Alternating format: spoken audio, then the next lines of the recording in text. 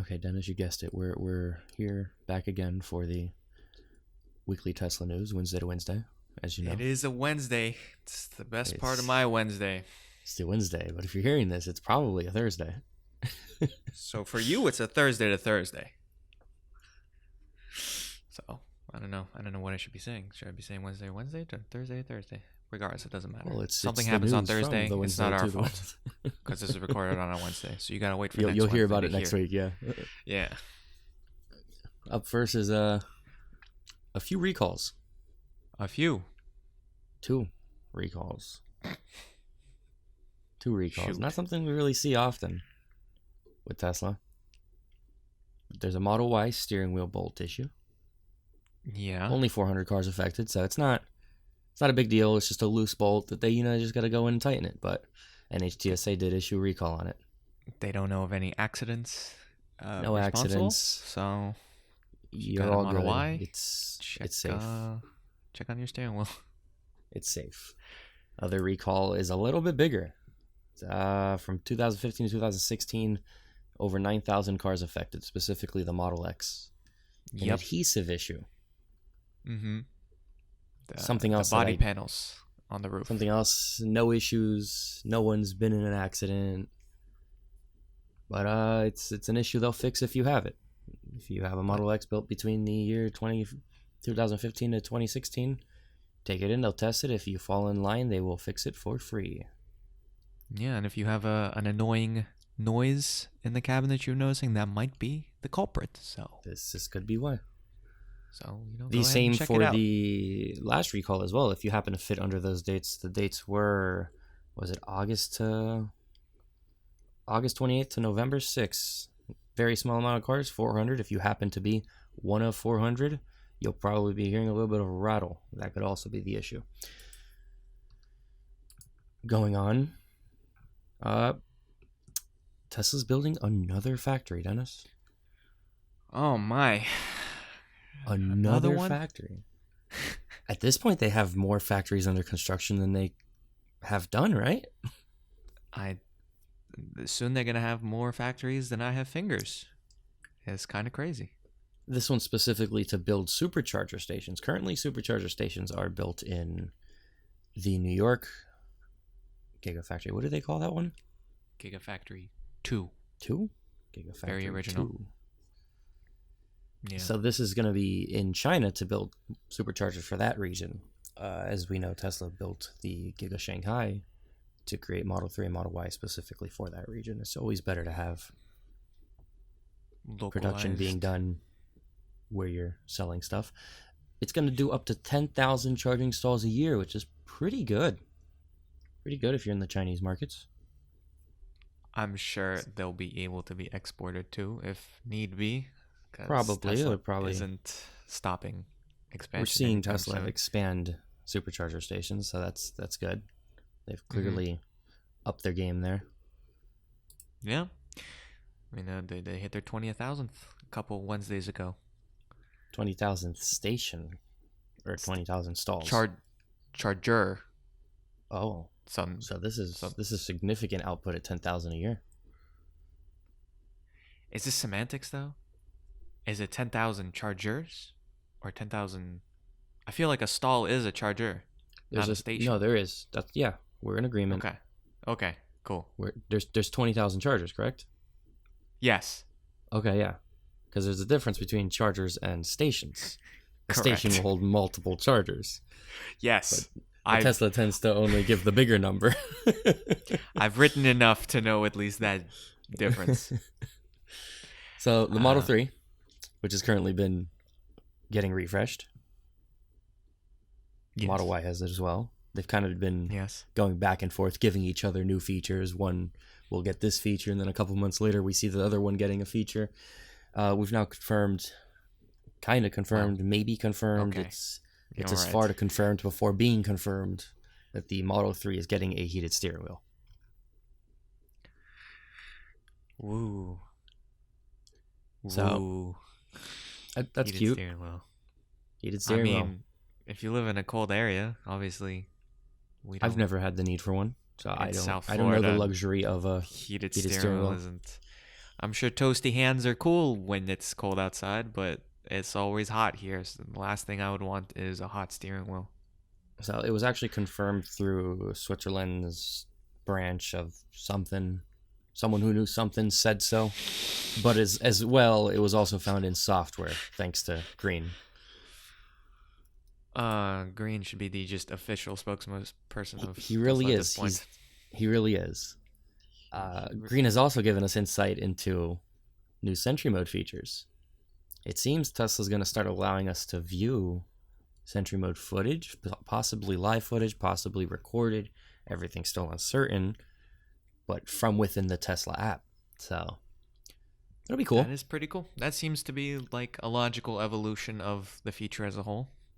See, we initially thought that this was linked to Amazon's Amazon Ring service, which was supposed to work with Tesla Sentry mode.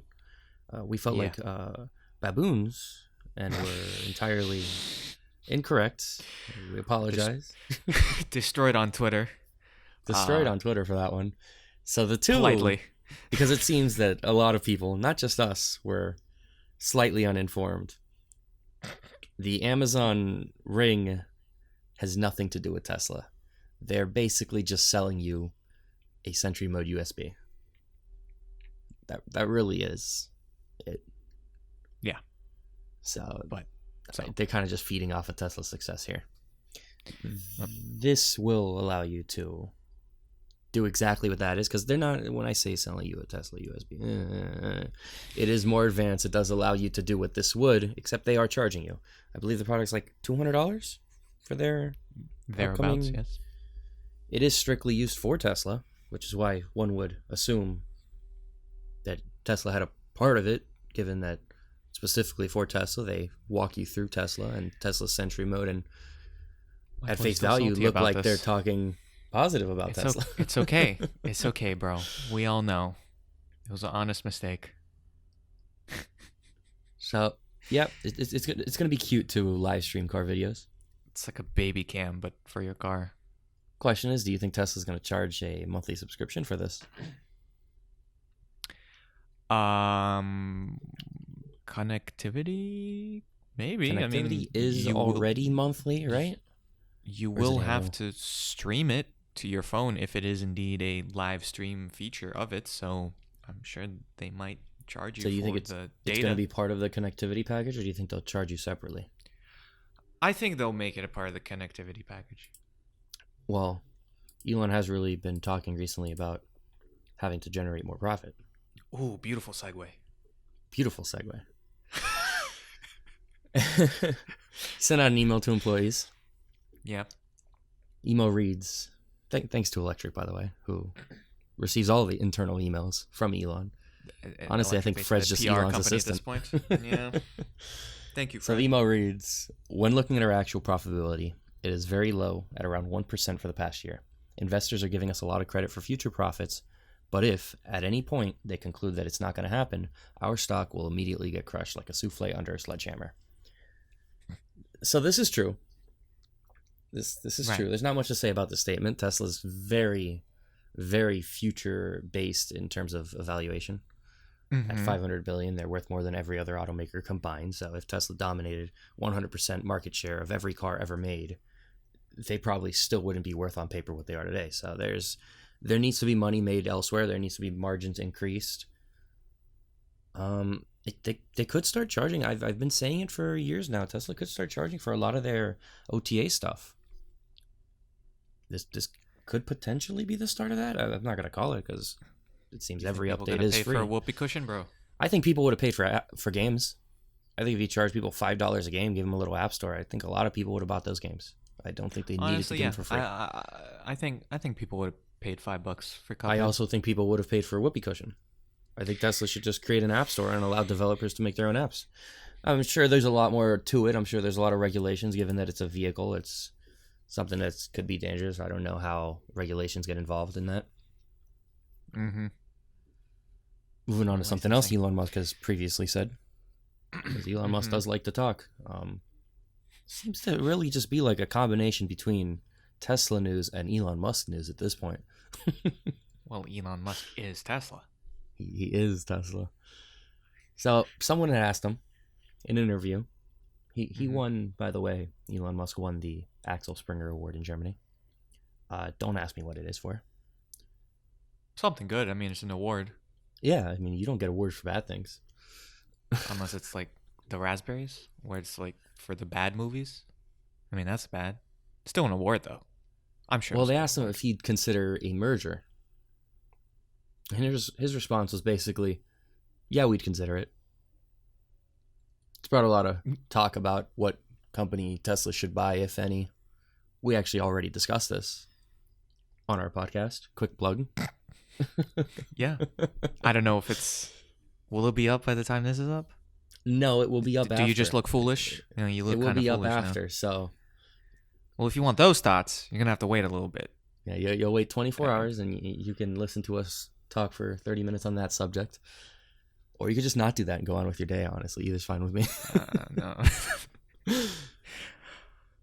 If we had to distill it down to 20 seconds, I basically said it's just... I'm interpreting it as if someone comes along with a great deal, Elon's going to take it. But in my opinion, there's nothing really they are lacking in at this point that they should be going after specific companies.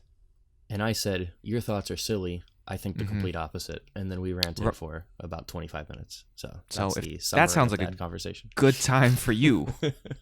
just wait a little bit and you can go hop on over to that. So Elon is also... in that same interview, I don't know if it's the same interview, but it was at the same award. I don't know if they did multiple interviews at that award show. Someone asked him about autonomy. Mm-hmm. He mentioned he's still very confident in achieving full autonomy by next year. In some places. And then he continued and said, yes, in some places, in some jurisdictions, it's going to be up to regulation, as everything always is. Mm-hmm. I'm hopeful but doubtful. I feel like we heard the same statement made 2 years in a row. We were supposed to have for the cross-country trip. Yep. And we were supposed to have 1 million robo-taxis on the road by 2020. I'm looking at my calendar, bro. I mean, technically speaking, if every Model 3 is full self-driving, as Elon stated, every Tesla built as full self-driving, as Elon stated, eventually, I guess they are robo-taxis on the road. They just aren't activated. Does that count? I don't know. I don't know. I mean, there's a little bit more confidence in this statement, I guess, since they finally pushed out FSD Beta, but... Yes, we are in beta. You can't put too much credence into this. It's not... This beta is going to last a while, obviously. We are in beta, but moving on to that portion of the news. We'll segue there. Oof. 2 segues in Killing one. it today, bro. We're expecting a wider release of the beta within 2 weeks. I hope. If you're unaware, Tesla's actually, I thought I'd never say this, but they actually drive themselves today. If you're in a very small group of people who have the FSD beta, they will actually drive themselves. They won't do it great, and you still need to be there. But everything from A to B can be done under full self-driving. It is a little bit more dangerous now, but they drive themselves, kind of, sort of. They do. So really? that beta program is going to be released a little bit wider. We don't really know how many more people are going to get it. Right now, it's currently a handful. It's a handful of people on Twitter, a handful of people on YouTube. Obviously, the more people in the beta, the more data there is. So it's within Tesla's best interest to release it more, but it's also winter time, so yeah, I didn't really put that into consideration. Have we seen the FSD beta in snow? I don't think so. Ooh, that's gonna be fun. I don't think so. Tesla, of Watch course, out for that, I guess. as they do every quarter, and more importantly, every Q4, at the end of the year, they are pushing for their final batch of deliveries to reach their goal of this year. It's 500,000 cars for the year. Yes. I'm not going to say they're very close, but it's possible. It's within reach. It's looking possible. It's looking possible. It's looking within reach. It's looking like they will get there barely.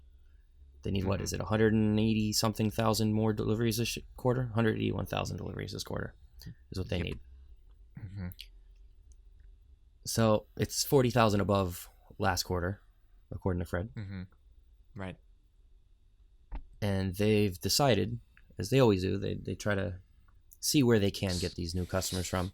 In this case, they are emailing Cybertruck reservation holders and saying, hey, have you considered a lease until the Cybertruck's out?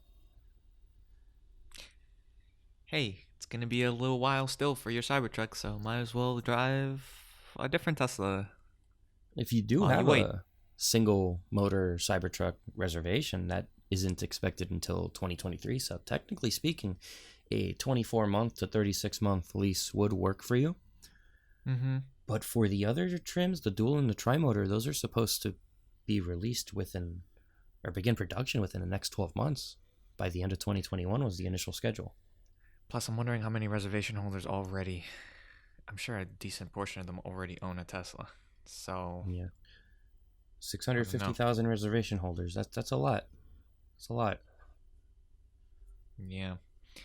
So I don't know how many people Tesla's really gonna win over with this method. But every single car counts when they're trying to reach a new milestone, especially at the end of the year. Speaking of future Teslas, Oh man, the Roadster, it still exists.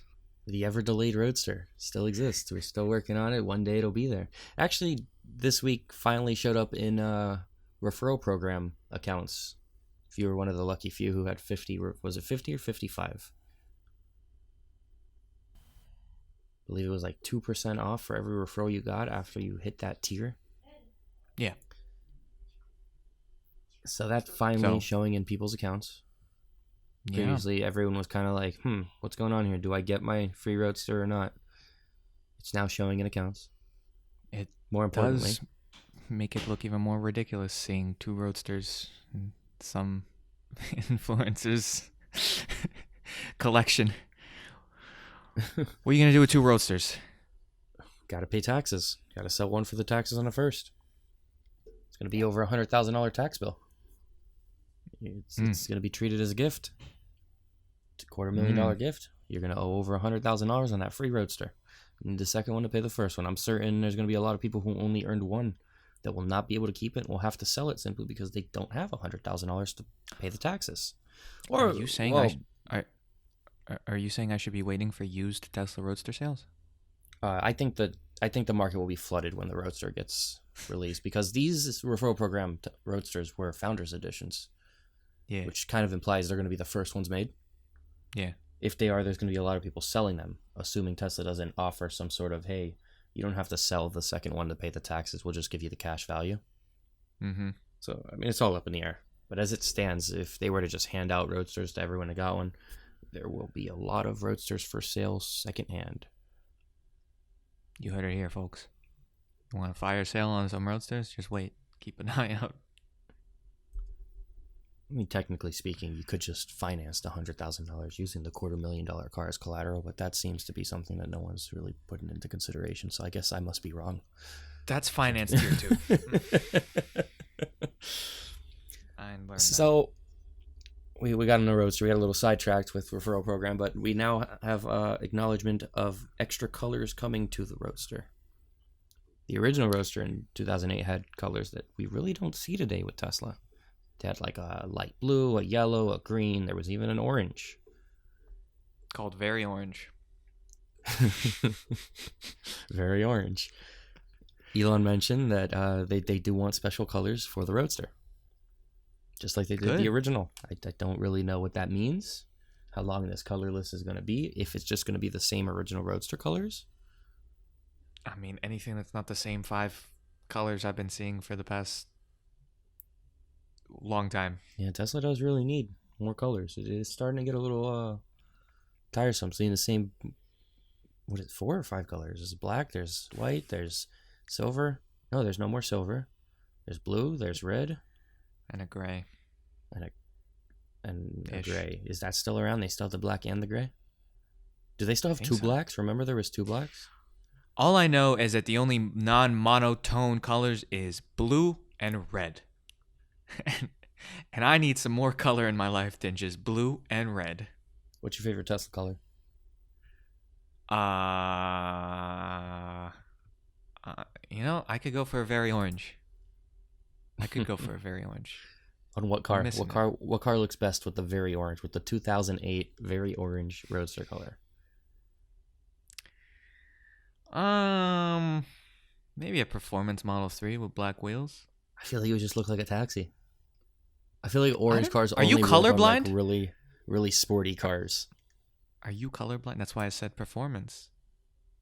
A performance Model 3 looks exactly the same as the long range Model 3. Well, sure looks sportier than a Model S or X. I think it will only work on the new Roadster. Well, I'm trying to be more, I'm trying not to give less of a cop-out answer. Well, in Europe, Model S and X price have gone up about 5,000 euro or 6,000 US dollar approximately. Mm-hmm. The prices over there have always been more expensive. Always. That's like all cars. Typically you ship a car somewhere, you have to increase the price because you have to cover shipment and import taxes. Plus, there's a value-added tax of like 17% on basically everything you buy in the European Union. So we've never had a $69,420 Model S, and it's looking like we'll never see it since prices are going up.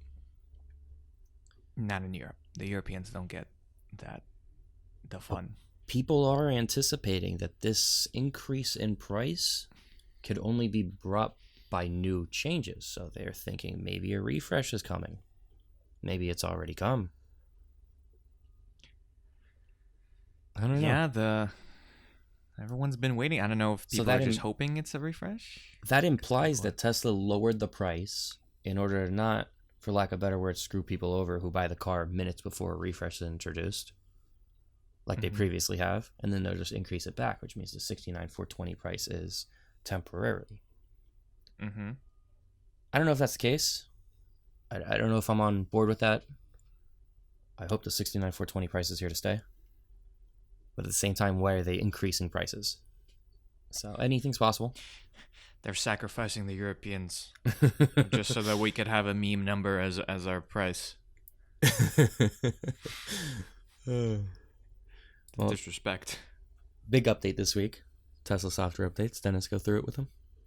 Oh, yeah. Okay. So what we had this week was 2020.48.5, which came with some things that are easy to see. It's not really too many under the hood changes. The first we had was Sentry mode improvements, which allowed for any panic events to now be saved to any onboard memory, such as a USB drive, rather than just being saved within the car and then you having to manually put them in. So now they automatically go into the USB, which is, as these tend to be, a nice little quality of life upgrade. Then Tracks, surprisingly, the music software that was introduced many months ago at this point actually, has actually received an update. So it's now version 0.2 and includes more tools, more instruments, maybe some other quality of life changes to allow you to make music easier. If that is to be your preferred software of choice when creating music, or you maybe just want to make a rough draft while you're sitting in a supercharger, I don't know, but Tesla seems to still be putting effort into these little, what most people would consider gimmicky toys, but, that's what makes these software updates fun. Next up, we had a new feature for charging, which is called the unlatching charge cable feature, which featured a diagram that shows a new way to disconnect charge cables from the Model S and X, where you can see a little button that is next to the charge port itself. So in case you don't want to use the already 3 different ways to unlatch the charge handle, you now have another one. Just press the button and out the charge port goes. Now, this is a physical button that's currently not present in any Tesla we've seen before. So it could be coming with some more refresh stuff, potentially. It could be just for a specific market due to regulations. We don't really know other than this image. That's what you're paying the $6,000 for right there. That button? Sorry, European brethren. It's just that button. Then we had text messaging improvements. Once again, it was just a really kind of small quality of life update. When you have consecutive messages from the same sender, they will now be displayed and dictated together. So if you have that annoying friend that likes to send a sentence, a message, they will now be read together so you can have a better understanding of what in the world they're trying to tell you. Additionally, Model 3 and Y owners will now have the ability to double press the right scroll wheel button to dismiss an incoming text message or re-record an outgoing text message. I don't know why S and X owners don't get that feature, unless it is a feature and I just don't know. Geo, confirm or deny? You can dismiss a message by pressing dismiss. I guess it's not a feature on the Model 3. I don't know. I have a Model S, not a Model 3, but we have a second screen and the text message shows there, and you can press dismiss or mute or respond on the scroll wheel. Okay, well, there we go. So I guess you need that little gesture shortcut with a double press for the Model 3, given the single screen. And then two more features found in the update are only found in China and might serve to come to other regions, but the first one is dynamic brake lights. So this is a feature found in other countries like China or Europe, in which when the car is rapidly decelerating, such as if someone is abruptly stopping at basically highway speeds, it won't just be regular brake lights. They will either flash or the hazard lights will come on to really warn the person behind you that, hey, this isn't just a regular stop. We are really stopping here. So those dynamic brake lights seem to only be in China at the time. I believe they're already found in the European market, but as they're not required in the American market, it doesn't seem like it'll ever come here, even though it seems like a pretty easy safety feature to implement. We might just not allow it. We might not what? We might just not allow it. I guess, maybe. I'm not the government. I don't know. And lastly, we have navigation improvements, once again, only found in China for the time being, which now add a separate picture-in-picture screen to the navigation that show you a 3D view of any turns or merges you need to make so that you can more easily see which lane you're supposed to be in and which ramp you're supposed to take. This has been a feature in GPSs for decades at this point, but it's notably absent from Tesla's navigation system. I don't know if they feel like it doesn't really benefit some of the American and European drivers, or maybe they're just testing it out in the Chinese market before having a wider release internationally. But that's how it looks like. It just makes merges and whatnot a little bit easier to understand. So that was the 2020.48 update. As always, you can go on EVByte to see any other features that have been added.